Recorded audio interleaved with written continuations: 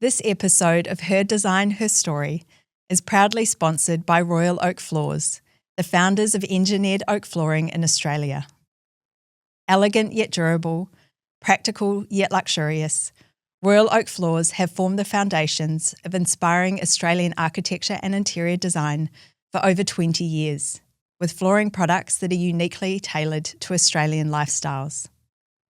Royal Oak Floors is proud to announce the launch of 4 new colours in its renowned architect collection, the result of collaborative workshops in which design professionals shared emerging trends, unmet needs and evolving preferences in Australian interiors.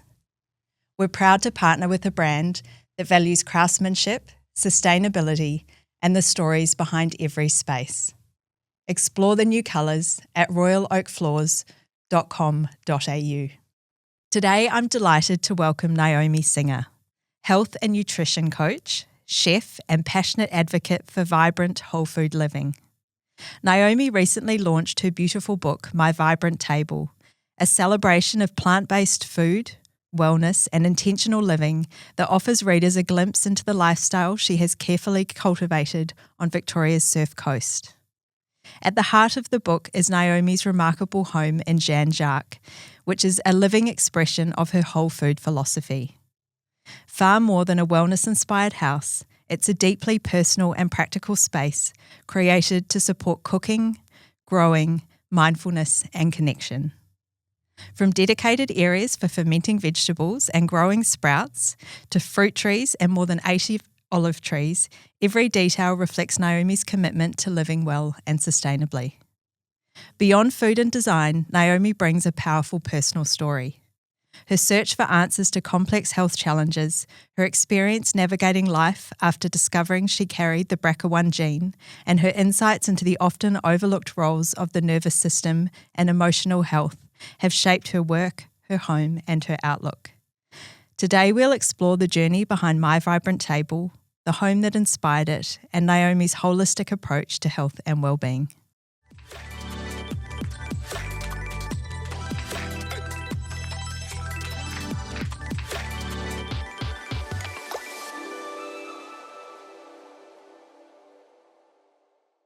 Naomi, welcome to Her Design, Her Story. Thank you so much for joining me today. Thank you, Sarah. It's a pleasure. I'm really excited to speak to you in a slightly different creative journey, which is really exciting from a culinary background.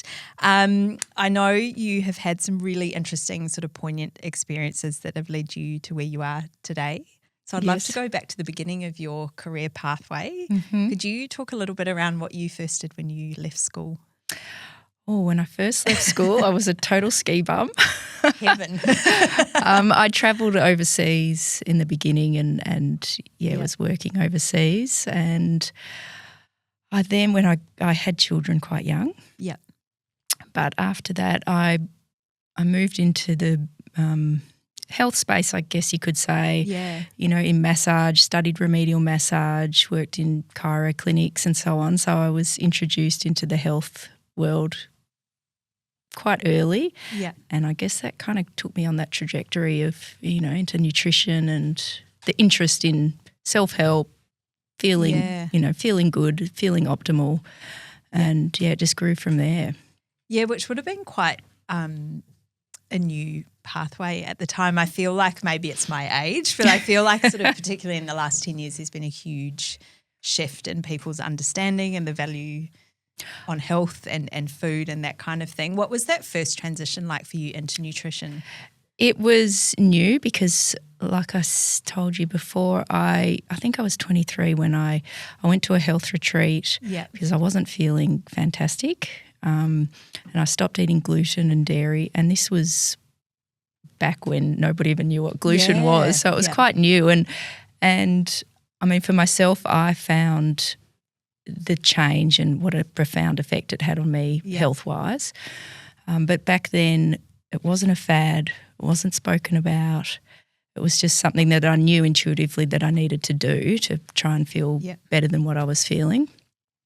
And it just sort of grew from there, and it was a very different space 20 or so years ago, that's for sure. That's amazing. So did you then take that into study? Did you study nutrition at the time? Not at that time. Yeah. I was doing the massage in health clinics and chiros and so on, but not then. It wasn't until after I'd raised my 2 girls that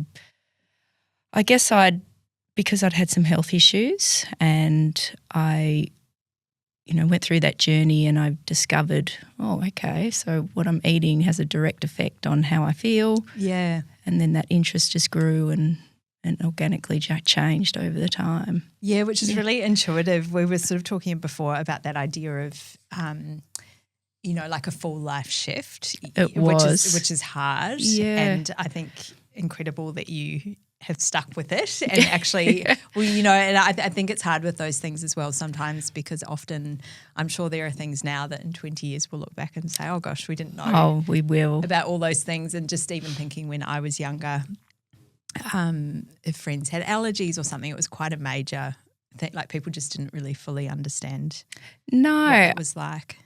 Didn't understand, and that's something with my youngest daughter as well. She struggled with eczema and some other skin conditions. So in a way, once upon a time when I was a kid, she would have just been applied all these probably chemical creams on her body. But when she was younger, I was like, no, I want to heal her from it within. And so, we changed her diet and, we fixed her pityriasis alba, it was called, and her eczema and so on. And it was just something that, through food you can heal. Yeah. And it just continued on from there. Yeah, that's amazing. Yeah. I know you touched on sort of a few health issues and things like that.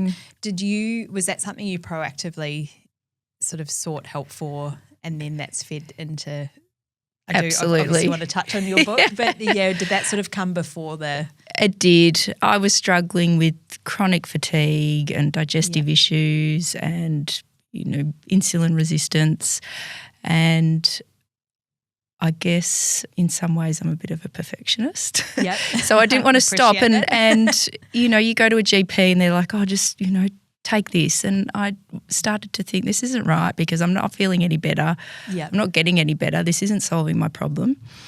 So I chose to read myself stupid. Yeah, I was reading books from all over the world on health and diet and healing. And that's amazing. And, I went to some health retreats with some really educational resources there that helped a lot. Yeah. And all that healing doesn't happen overnight. It's such a long journey. Yeah. And it took many years for me to, even now, I probably think in 5 years' time I'll be like, okay, well, it wasn't perfected now. It's an ongoing journey to feeling optimal and functioning, optimally. Yeah. Where you can, have clarity and energy and sleep well and it's not just through diet. It's through all lifestyle, choices, I think, as well. Exactly, yeah. I think diet always seems like a really strong starting point and something you can actually sort of make that decision for yourself as well. Well, it is, and it's easy to control in many respects with some serious discipline. I know that sort of if I have a glass of wine, it's all out the window. Yeah.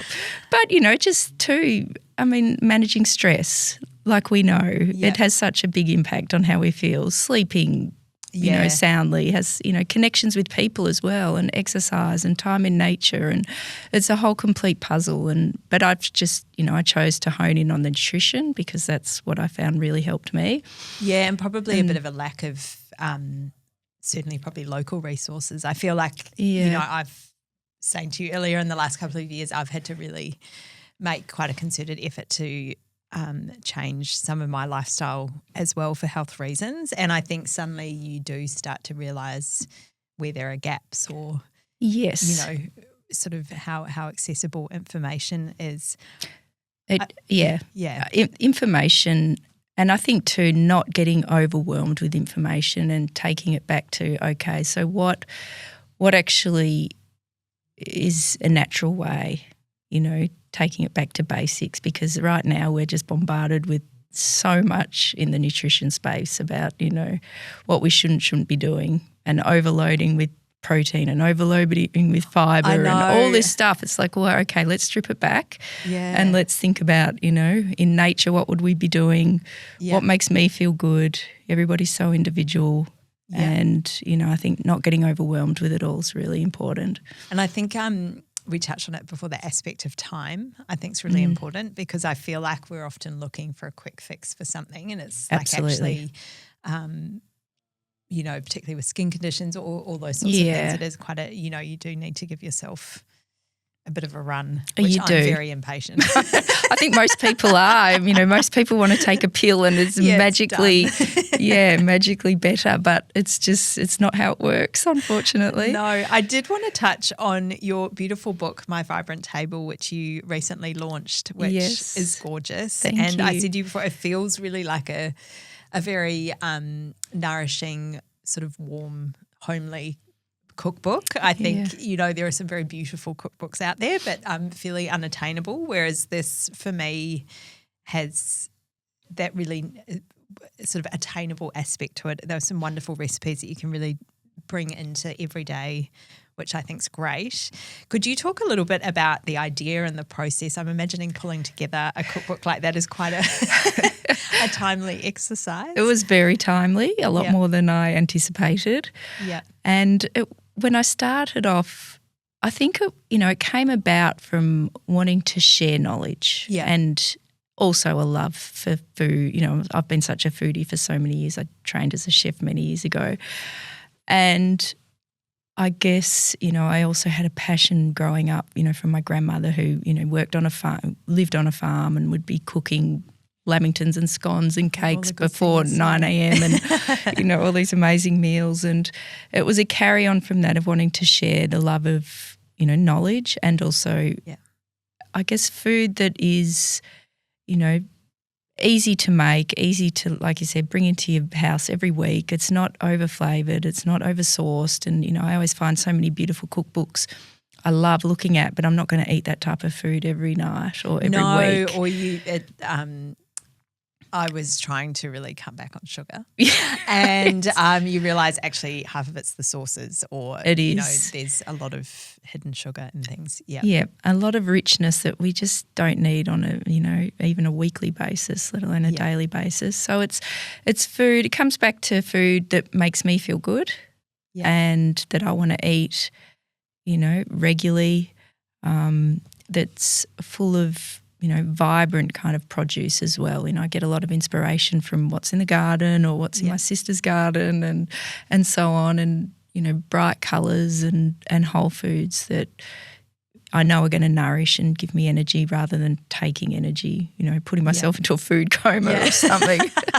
So, it all comes from food that I want to eat daily, and I know that's going to, I'm going to wake up the next day and not feel hit by a truck. Yeah, like sort of almost that food hangover that people talk about. Yeah. And I'm so sensitive to it all now. I think after 20 plus years of, trialing all sorts of things, I know what is going to make me feel good or what's not going to make me feel good. So So what's that process like when you decided to put it together? Was it a bit of a trial and error with recipes? And yeah, it was. I think it's quite an art to it is, and I didn't realise at the start. It was like, okay, well, I'm just going along. I've done a few recipes, and we'll get the team down to photograph and style, and then I had no idea to the scope of what it was going to take to pull together a book like that size. But once you, like with anything, I think once you start, you just go down the snowball, and it was a lot of work, but also it's creative. So I enjoy the creative side of it, and getting inspiration, like I said, from this is coming out of my garden right now. What can I do with it? And just a day of shooting. Some days we were shooting 15 to 20 recipes. Oh, wow. Yeah, so they were long days. I would do it differently next time. Yeah. But it's all a learning curve, and it is. Yeah, you often see, I often think that with recipe books, because there has to be that visual element as well. I always like to see what I'm meant to be. I need a picture for every recipe or I'm not going to make it.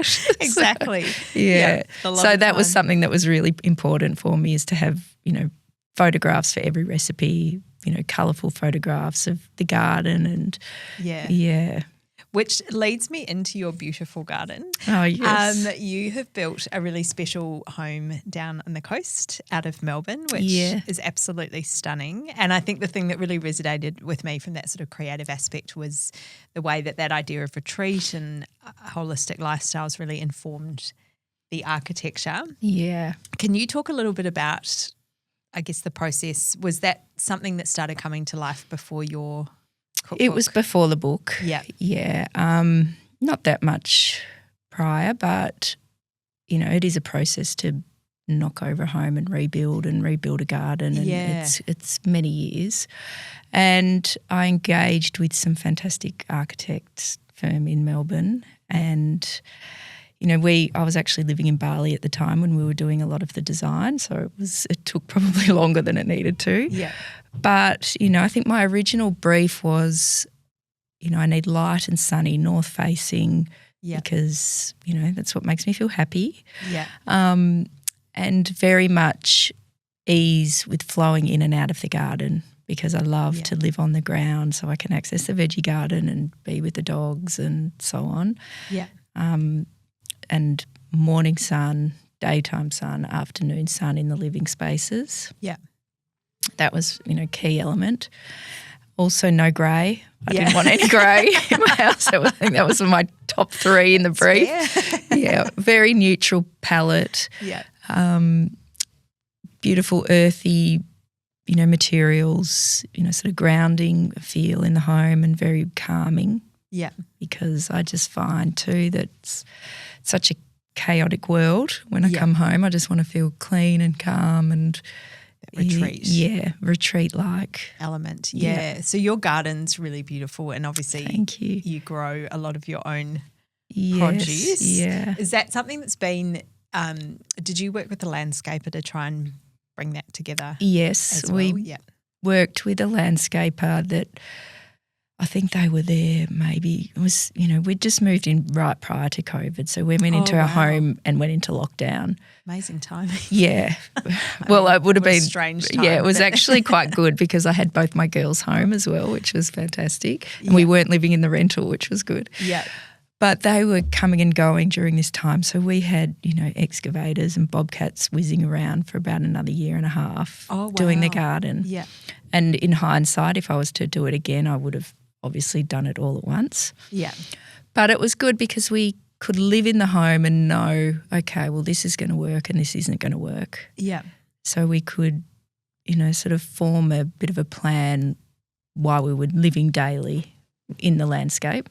Yeah. So we did the pool and then, then it grew, and then sometimes I'd had the excavators in there and I was like, oh no, that's not working. So I'd have to move earth again. I'd be like, oh, bugger.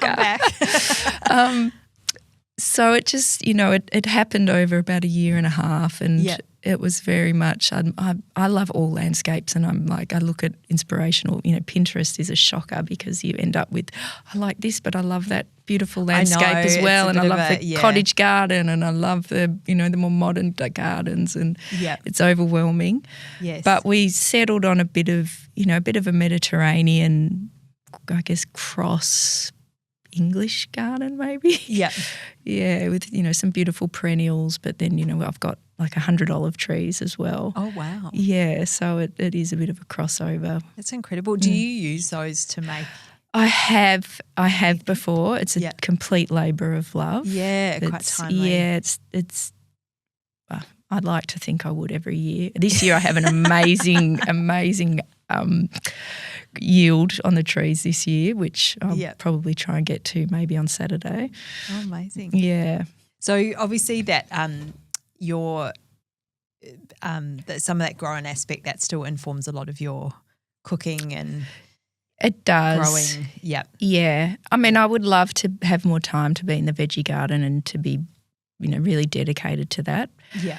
But I'm fortunate my sister and brother-in-law have an incredible permaculture farm just down the road, and they supply 35 families or something weekly. So there's an abundance of food there, and I go walking around their garden and it's a true inspiration. They've got everything from medicinal plants, which I love to grow, to fruit trees, to a market garden with all the root vegetables, and it's just beautiful. Oh, amazing. Yeah, it's not my strong point at all. No. I do love looking. But no green thumb.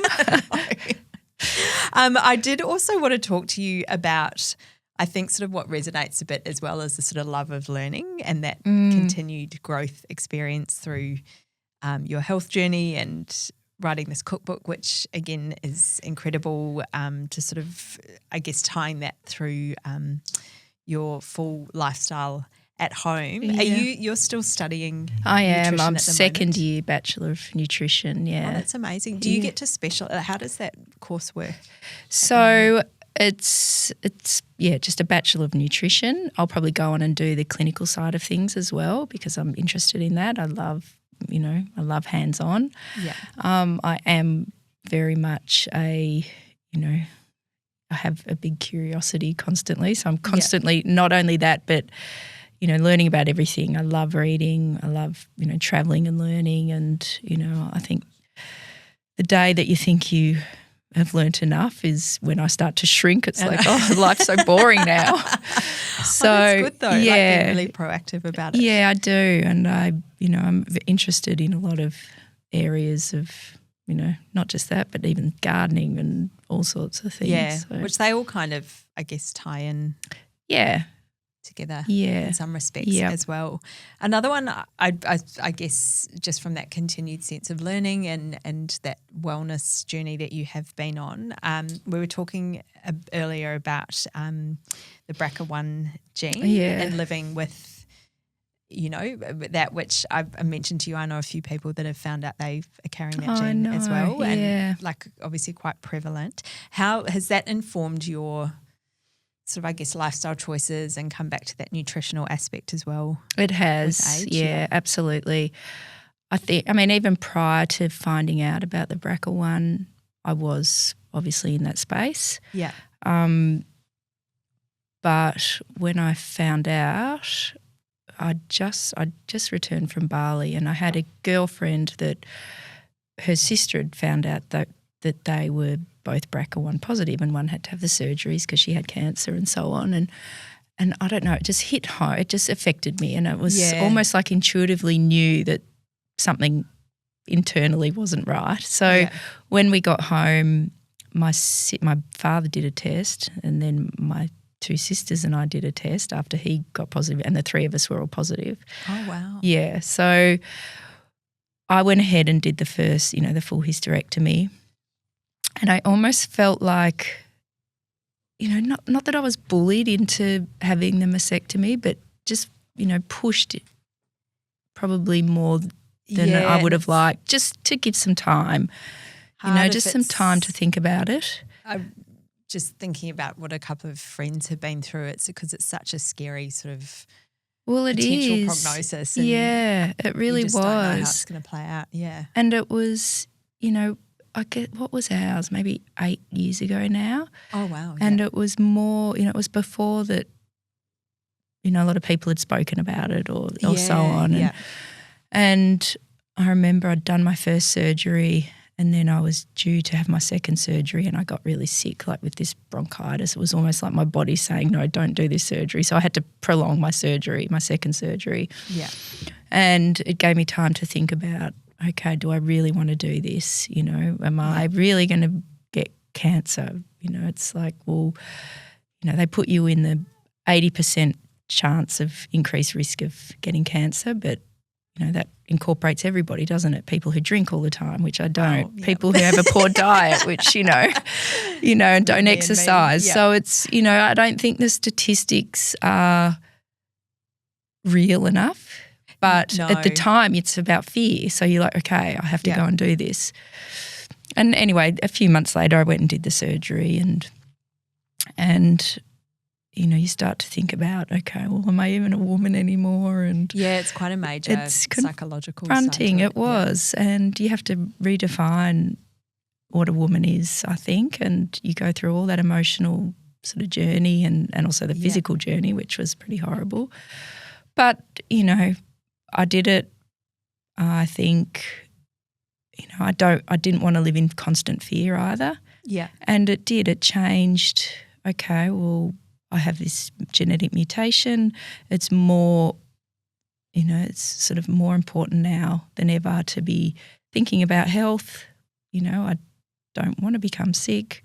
Yeah. And also for my girls, teaching them about, lifestyle choices. Yeah. And, my eldest she tested negative, so that was a big plus. Oh, amazing. Yeah. Yeah. But, just teaching them about, the majority of the time, if you're living, with good choices, intentional choices that are holistic and, eating whole foods, then chances are you're going to be okay.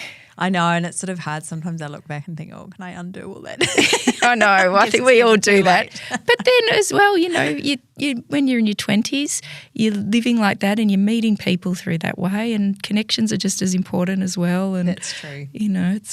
I feel like it's interesting now.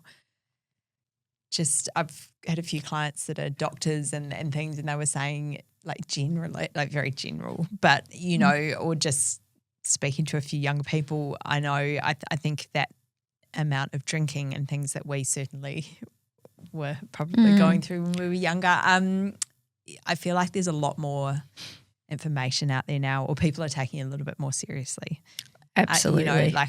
Are taking control of health a lot younger. I know. Well, you think, I look at my girls and they're in their 20s and, they're at Pilates before work, and I think I saw a meme yesterday. It was like, back when we were young, we were in the nightclub until just before work.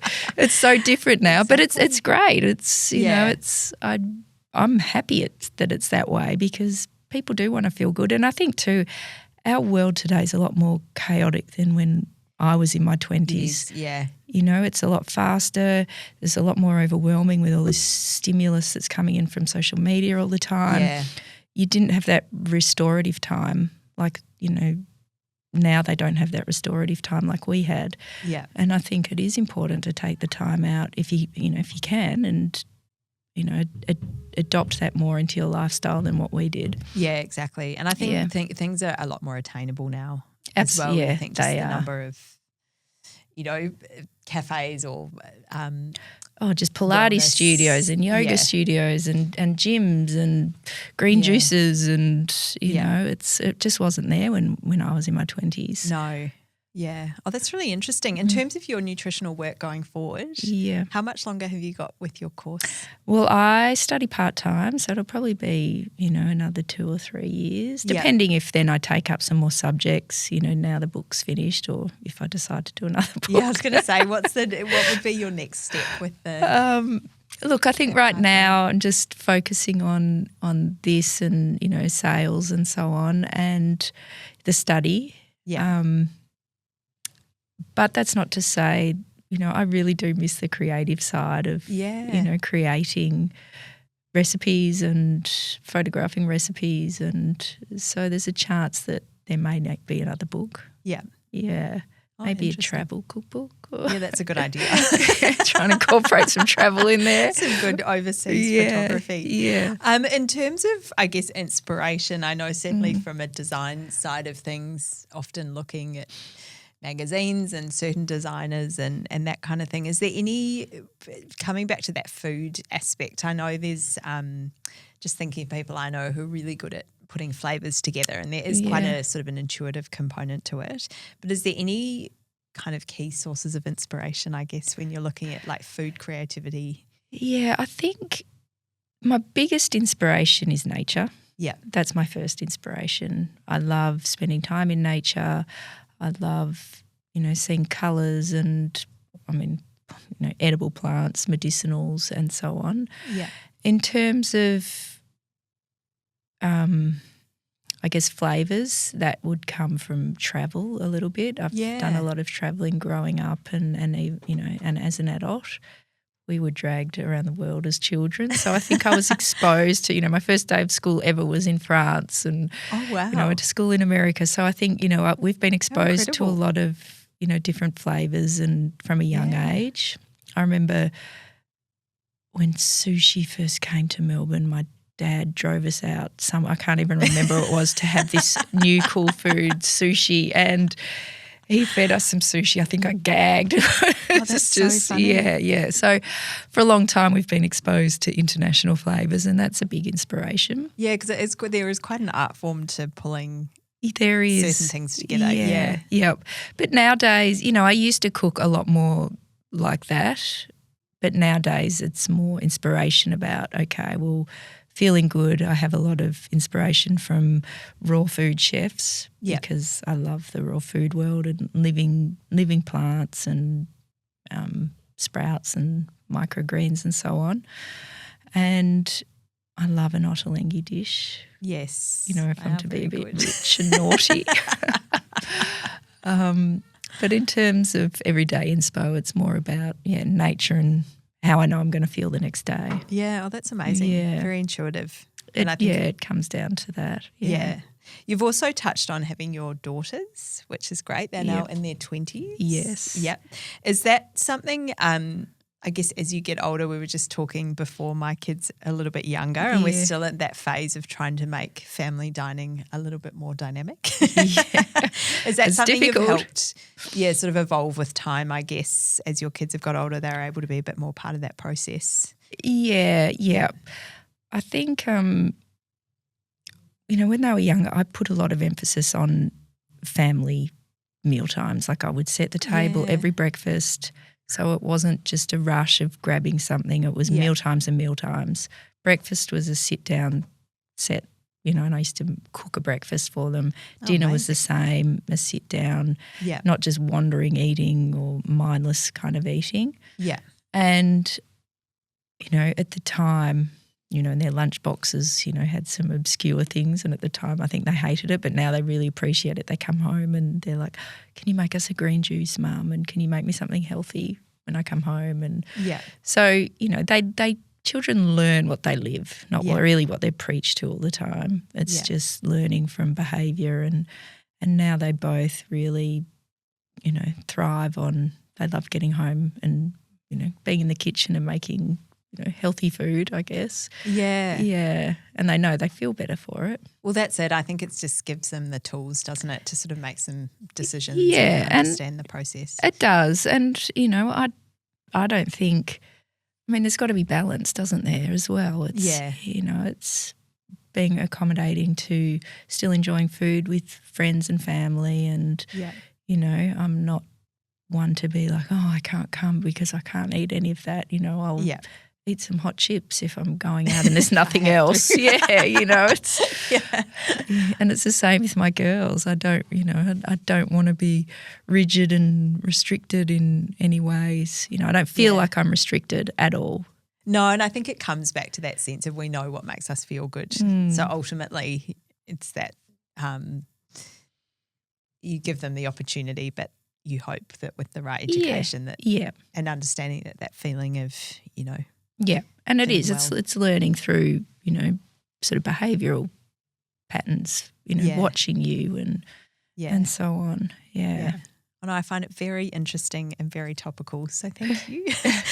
Before we wrap, I wanted to jump into her edit and ask you a couple of quick questions. Yes. I know we did touch on it in terms of influences on food, but are there any particular raw plant chefs, or are there many in Australia? I'm really not well versed in that avenue at all that you find particularly poignant. In Australia, I'm not so sure. There's a few in North America that I love that do, the more dessert side of things. Crystal, she has a YouTube channel and she does these amazing desserts. I don't know her last name, but and then there's, in terms of the healing side of things, there's the, like the Hippocrates diet, which is all based on living foods. and the Essene diet, which is based on living foods. I get a lot of inspiration from that as well. Yeah, and growing my own sprouts and microgreens as well. Yeah. Yeah, which is amazing. Yeah, that's just next level. It makes you feel so much energy when you wake really? up. I need to get onto this. It does, and a bit of wheatgrass juice, and it really gosh. makes a difference in how you feel. So there are some overseas. In terms of Australia, I'm not so sure. It's a bit of a newer enterprise. Next travel destination, actual or aspirational? Well, I'm actually going to Europe on the weekend. Oh, lovely. Yep, I'm off there. I've got a friend's 50th in Greece. Oh, so fun. we'll be in Rome and Sardinia prior to that, and then Greece. Yeah. And aspirational, I love probably wild spaces. I'm always, being a skier, I'm always drawn to, open spaces. I was just in Greenland, which was incredible, and Iceland. Skiing. Yes. And I need to talk to you about this. it's fascinating. It really is a fascinating place, Greenland. Yeah. And Iceland. So, if I'm to choose a travel destination, it's normally a wild, outdoorsy place. Yeah. How do you find food when you're traveling? Is that something you've just kind of... You adapt. Yeah. I always find it quite interesting. You sort of have to... Well, in Greenland, they didn't get the memo about my diet, so I think I ate potatoes, rice. I got some capsicum and cucumber, and some days I had some radish. Oh, how funny. But it's fine. It's not forever. You adapt. I guess if you're skiing, you're at least sort of out there doing something. Yeah, and active. there's always vegetables or salad or fruit. Yeah. So I don't normally find it that difficult. Yeah. There's always a potato somewhere. Always. And some chocolate. What more do we want? It's a good fallback for kids as well.